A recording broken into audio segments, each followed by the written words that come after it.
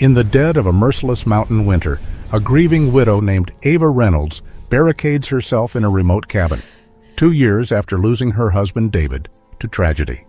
The silence is deafening, her heart frozen in sorrow. Then, through the howling blizzard, 3 white German shepherds appear at her door, starving, half-frozen, eyes glowing with an otherworldly calm.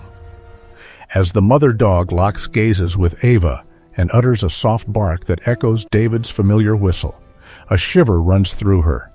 Are these lost strays, or something sent to heal the unhealable? Before we start, make sure to hit like, share, and subscribe. The wind howled through the pines like an old sorrow that would not rest. Snow fell thick and relentless, burying the mountain in white silence. Inside the cabin, the fire crackled low, its light barely reaching the corners where shadows gathered. The wood smelled of resin and memory. Ava Reynolds sat alone, 35 years old, a widow for 2 winters now, wrapped in layers that could not warm the hollow place inside her chest. She had come to this place after David left, after the accident on the icy road, after the hospital lights and the quiet doctor's words. She had been a graphic designer once, working from home, her days filled with color and shape. Now the screen stayed dark. The cabin was small, logs dark with age, 1 room with a loft above. She wore the same clothes most days. Thick gray cashmere sweater under a red and dark green plaid flannel, navy down parka with hood nearby, dark jeans, waterproof brown snow boots with fur lining, gray wool scarf draped over the chair. Her long brown hair fell loose or tied back simply. Her fair skin had grown pale, slight dark circles under her eyes from nights when sleep would not come. She moved with a quiet grace, but her shoulders carried the weight of someone who had learned to expect little from the world. The storm had built all afternoon. By evening it raged, rattling the windows, driving snow against the glass in furious bursts. Ava stood at the sink, staring out into the white nothing. She thought of David's voice, the way he used to whistle softly when he came home, a simple tune that said he was there, safe. The memory rose sharp, then faded. She turned away, poured tea she would not drink, and sat by the fire. The silence pressed in, broken only by the wind and the soft pop of embers. Then came the sound, faint at first, almost lost in the gale, a whine, low and desperate. Ava froze. She listened. It came again, closer now, from the porch. She crossed to the door, hand on the latch. Through the small window she saw them, 3 shapes huddled against the driving snow. A large German Shepherd, female, pure white coat matted and thin, her long thick fur crusted with ice. Beside her 2 puppies, smaller, creamy white, and gray-tinged, shivering violently. The mother's blue eyes caught the faint light from inside, bright and steady. They were starving, exhausted, paws bleeding into the snow. Ava's breath caught. She had not opened the door to anyone in months.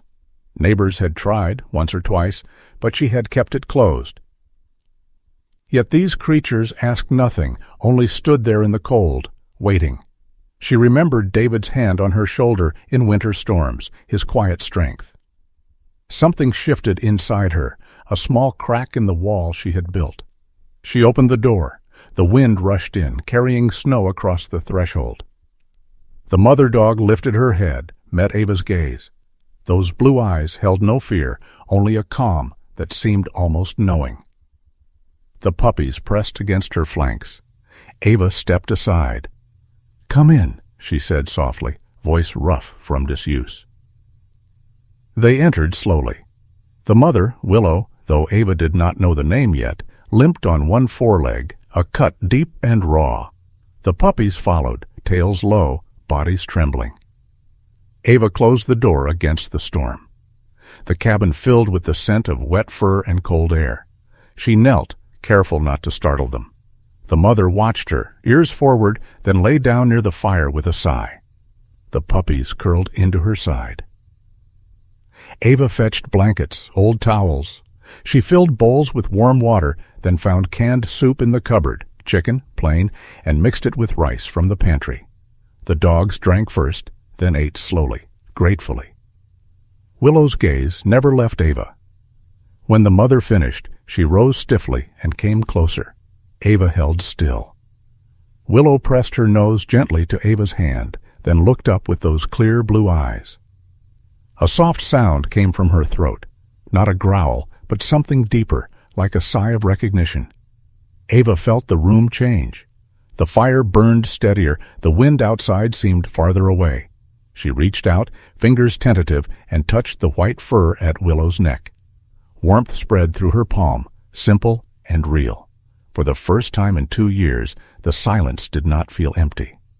She sat on the floor beside them. Willow settled her head on Ava's knee. The puppies crept nearer, one, Harper, nudging her hand with a small wet nose. The other, Finn, watched with quiet trust. Ava looked at them, at the way they breathed in rhythm, at the slow rise and fall of white flanks. Tears came then, quiet, unhurried. Not grief alone, but something softer, relief, perhaps, that the world could still offer kindness without asking for payment. Outside, the storm continued its song. Inside, 4 hearts beat in the same small space. Ava whispered into the firelight, "You're safe now." The storm still raged outside, but inside the cabin the air had changed. The fire burned low and steady now, casting a soft orange glow across the worn floorboards. The scent of wet fur mingled with pine smoke, and the faint metallic tang of old bandages. Ava knelt on the rug, the dogs close, their breathing a quiet rhythm against the wind's distant roar. She worked carefully on Willow's foreleg. The cut was deep, crusted with ice and dirt, but not broken. Ava fetched the small tin box from the shelf, bandages yellowed with age, antiseptic from David's first aid kit, tape he used to wrap sprains after long hikes. Her hands trembled at first, memories rising unbidden. David sitting on this same rug, laughing as she bandaged his thumb after a fall. She cleaned the wound slowly, the antiseptic sharp in the air. Willow lay still, blue eyes fixed on Ava's face, never flinching. When the bandage was secure, Ava sat back on her heels. The mother's tail gave one slow sweep across the floor, a thank you without words. The puppies watched, heads tilted, then crept nearer. Harper, the smaller female with creamy white fur, nudged Ava's palm with her nose. Finn, sturdier, gray-tipped, pressed his side against her leg. Their warmth seeped through her jeans, simple and insistent. Ava rose and moved to the kitchen corner. She opened cans, tuna, beans, whatever was left in the cupboard, and warmed it on the stove. The dogs ate from bowls she set down, heads lowered, tails quiet. When they finished, Willow walked to the small table by the window. An old notebook lay there. David's handwriting faded on the cover. Willow paused, then pressed her nose to the open page. Ava followed. The words were simple. "Willow tree, where I asked her to marry me, under the branches in spring rain." Her throat tightened. She had not touched that notebook in months. Willow looked up, eyes steady, as if to say she understood. Harper and Finn came too. Harper licked the faint scar on Ava's left wrist, the one from the night of the accident when she had held David's hand too long in the wreckage. Finn rested his chin on her knee, a soft weight. Ava felt something loosen inside her chest, a knot she had carried for 2 long winters. Night deepened. The fire popped softly. Ava sat on the floor again, back against the couch, the dogs arranged around her like sentinels. Harper curled into the curve of her arm, Finn stretched along her thigh, Willow lay with her head on Ava's lap. The cabin was no longer empty. Their breathing filled the silence, slow, even, alive. Ava's chronic ache in her joints, the one that had settled in after grief, turned her body rigid, began to ease. Heat from the puppies spread like quiet medicine. She closed her eyes. Tears slipped down her cheeks, warm against cold skin.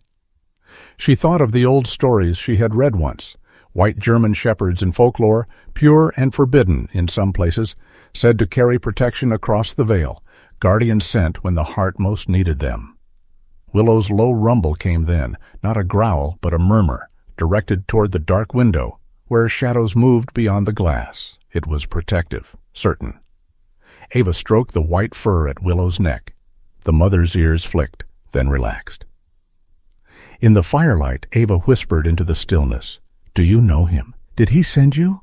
The question hung there, unanswered, except by the soft rise and fall of 3 white chests.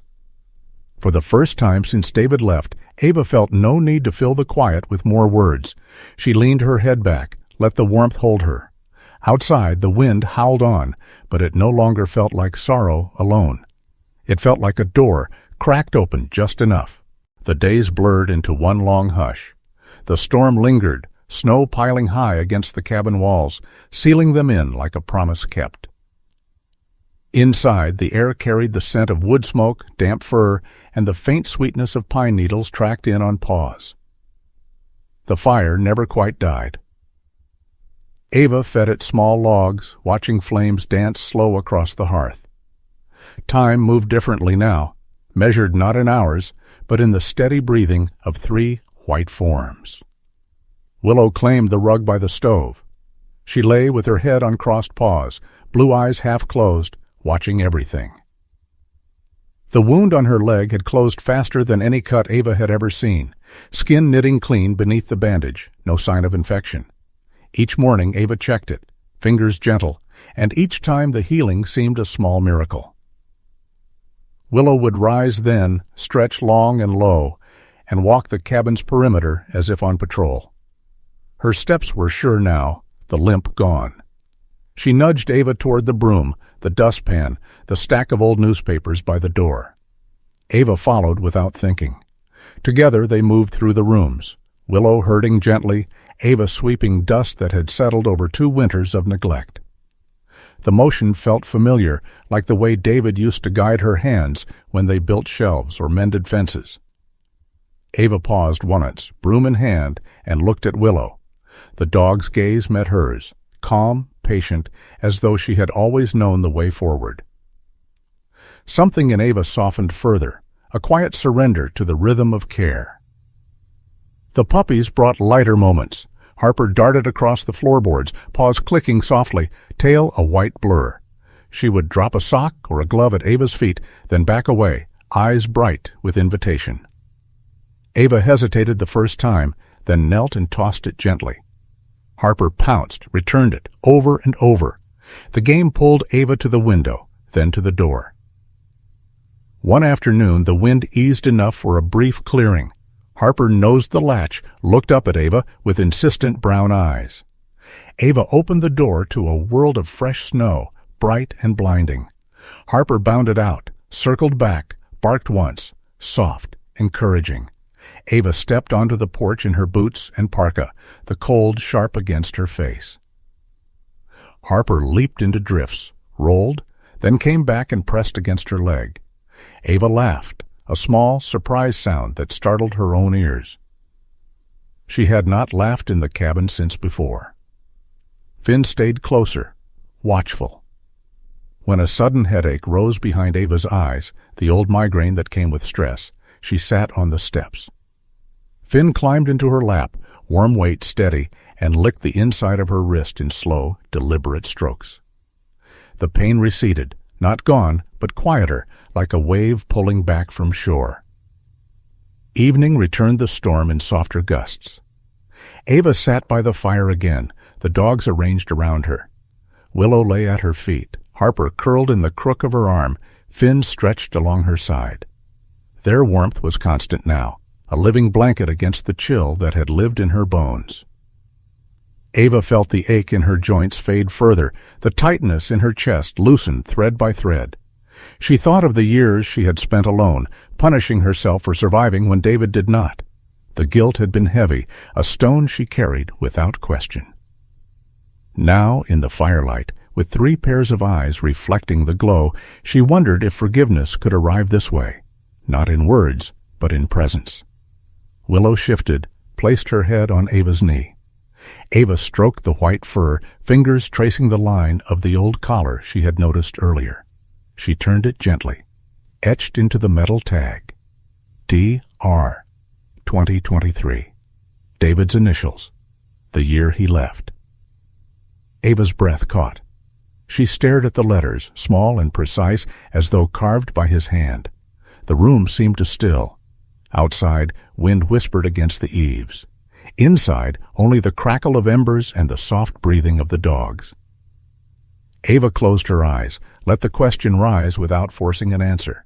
She whispered to the quiet, "If this is you, thank you." The fire popped once, a gentle sound. Willow exhaled, long and slow. Ava rested her forehead against the white fur. For the first time, the silence felt like company. The storm had quieted to a low moan, snow falling soft now, like whispers against the roof. Inside the cabin, the fire had settled into embers, casting long shadows across the walls. The scent of pine smoke lingered, mixed with the clean warmth of fur and steady breathing. Ava sat cross-legged on the rug, David's old notebook open in her lap. The pages were worn at the edges, ink faded but still legible in his careful hand. She had avoided the notebook for months, afraid of what it might hold. Tonight, with the dogs asleep around her, Willow's head heavy on her thigh, Harper curled small against her hip, Finn stretched out like a guard, she turned the pages slowly. David's words appeared in short entries, dated over the last months before the accident. He wrote of dreams, white shepherds coming through snow, standing watch, bringing peace to the one left behind. One line stopped her breath. "If I go first, I'll send them, the pure ones, the guardians. They'll know how to hold you when I can't." Ava traced the words with her finger. Tears blurred the ink. She had never told him how often she woke in the night, reaching for his side of the bed. Now the words felt like a letter delivered late, sealed with trust she had almost forgotten. Willow stirred, lifted her head, blue eyes meeting Ava's in the dim light. No sound, only that calm regard. Ava closed the notebook, pressed it to her chest. The room felt smaller, fuller. She whispered, "You did send them." A knock came then, 3 soft taps at the door. Ava froze. No one had come this far in the storm. She rose carefully, the dogs alert in an instant. Willow stood first, ears forward, a low rumble in her throat, not threat, but question. Ava crossed to the door, peered through the small pane. A woman waited outside, silver hair long and loose beneath a wool hood, face lined with years, but eyes bright blue in the porch light. She wore a thick beige wool coat, long wool skirt beneath, old boots crusted with snow, a scarf wrapped tight. She looked neither cold nor impatient, only patient, as though she had always meant to arrive. Ava opened the door a crack. Wind slipped in, carrying flakes. The woman spoke softly, voice low and steady. "May I come in, just for a moment?" Ava stepped aside. The woman entered, shaking snow from her coat. She knelt without hurry, extended a hand. Willow approached first, sniffed, then pressed her head into the woman's palm. Harper and Finn followed, tail slow. The woman smiled, small and knowing. "They're here," she said. "The white ones. Guardians. Healers. Your husband knew." Ava's knees weakened. She sank to the floor. The woman continued, gentle. "David spoke of them once, years ago, when he helped me after my own loss. He believed love doesn't end. It sends what we need." She looked at the notebook in Ava's hands. "He wrote it down so you'd find it when the time came." The fire flared briefly as a log shifted. Light caught something in the air, a soft orb, pale and glowing, drifting slow from the corner. It moved toward Willow, hovered above her head. Ava watched, heart loud in her ears. The orb shaped itself, faint outline of a man, David's shoulders, the tilt of his head. He reached out, fingers brushing Willow's ear. His voice came, not loud, but clear as memory. "Thank you for taking care of her." Willow barked once, sharp, joyful, then pushed gently against Ava's chest. Ava fell back into the circle of white fur. Harper and Finn pressed close, warm bodies anchoring her. The sensation was unmistakable, arms around her, familiar weight, scent of pine and wool from David's coat. Tears came hard, shaking her frame. She clutched Willow's neck, buried her face in the thick white ruff. The orb faded, slow as dawn. The woman placed a hand on Ava's shoulder, light, steady. "They stay as long as you need them," she said, "and longer if you let them." Ava lifted her head. The cabin was quiet again, only breathing and embers. The woman had gone, door closed without sound. Ava looked at the dogs, their eyes reflecting firelight. She felt no fear, only a deep, quiet certainty. Love had crossed the distance. It had not left her alone. She leaned into Willow, whispered against soft fur, "I'm ready to live again." Sunlight broke through the clouds at last, thin and pale, touching the snow like a hand laid gently on a shoulder. The storm had passed in the night, leaving the mountain quiet, branches heavy with white. Inside the cabin, the fire burned low, its warmth steady against the chill that lingered in the walls. Ava stood at the window, coffee mug warm in her hands, watching light creep across the drifts. The dogs lay nearby, Willow alert by the door, Harper and Finn sprawled in patches of sun. Their breathing filled the room, calm and even. Word had reached her slowly. A neighbor's truck had made it up the road at dawn, tires crunching snow. The man, mid-50s, broad-shouldered, face weathered by years in these hills, knocked softly. He wore a thick Carhartt jacket, jeans faded at the knees, snow boots caked with mud. His voice was rough but kind when he spoke through the crack in the door. "Heard about the white dogs. Folks down in town say they're show animals, worth a reward. Lost a month back." He held out a flyer, paper creased. Ava took it, glanced at the photo. 3 white German Shepherds posed on grass, not the same dogs who had walked through her storm. She folded the paper, handed it back. "These aren't them," she said quietly. The man nodded, no argument. He left a sack of dog food on the porch instead, dry kibble, a few cans of meat. "Figured you might need it," he said. "If you ever want company down the hill, doors open." He tipped his hat and drove away. Ava watched the truck disappear, then looked at the dogs. Willow met her gaze, tail sweeping once across the floor. Something in Ava settled. The world outside had not forgotten her. She had only forgotten how to let it in. Later that afternoon, a cry carried on the wind, sharp, distant. Ava opened the door. Smoke rose thin from the next ridge, a cabin half a mile down. Willow was already moving, ears pricked, body low and purposeful. She looked back at Ava once, then trotted toward the path. Harper and Finn followed. Ava pulled on her parka, boots, and went after them. The snow was deep, but Willow broke trail, steady and sure. They reached the burning cabin fast. Flames licked the porch. An elderly woman stood frozen in the yard, coughing. Willow circled once, then darted forward, nosed the woman's coat, tugged gently. The woman stumbled. Ava ran to help, but Willow was already hurting, pushing the woman toward safety, away from the heat. Harper barked sharp, guiding. Finn stayed close to Ava, pressing against her leg when panic rose in her chest. The fire truck arrived minutes later, sirens muffled by snow. The woman was safe, wrapped in blankets. She turned to Ava, eyes wet. "Your dogs, they knew." Ava knelt, arms around Willow's neck. The mother's fur was warm, smelling of smoke and pine. In that moment, Ava understood. These were not lost show dogs. They were guardians, chosen long ago. Days lengthened, the road cleared, neighbors came, quiet visits, shared coffee on the porch, stories exchanged in low voices. Ava listened more than she spoke at first. Then she began to answer. She walked the dogs down the hill sometimes, let children pat their heads, watched Harper play fetch in the yard.